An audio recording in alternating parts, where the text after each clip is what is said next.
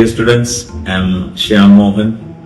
I was working in Indian Space Research Organization for the last 38 years as a project director of RLV and then the director of Advanced Technology Programs. Now associated with Nurul Islam Center for Higher Education, NISH. ഇവിടുത്തെ കുട്ടികളെ future engineers ആയിട്ട് കാവ് ചെയ്യുന്ന പ്രോഗ്രാമിന്റെ അതിനോടൊപ്പം നിങ്ങള് ഭാവിയുടെ വാഗ്ദാനങ്ങളാണ്. You are the future strength of our country.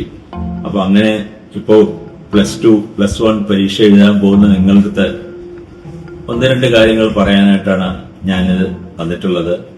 പ്രധാനമായിട്ടും നിങ്ങൾക്ക് ജീവിതത്തിൽ വേണ്ടത് ആത്മവിശ്വാസമാണ്, സെൽഫ് കോൺഫിഡൻസ്.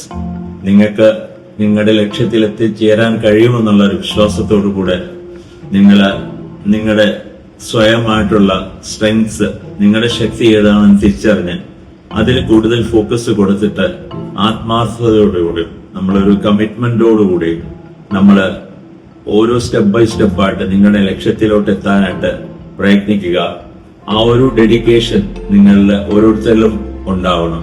അപ്പൊ നിങ്ങളുടെ പരീക്ഷ എന്നുള്ളത് അല്ലെങ്കിൽ എക്സാമിനേഷൻ ഒരു കൺസ്ട്രെയിന്റ് ആയിട്ട്, ഒരു കടമ്പയായിട്ട് വിചാരിക്കരുത്.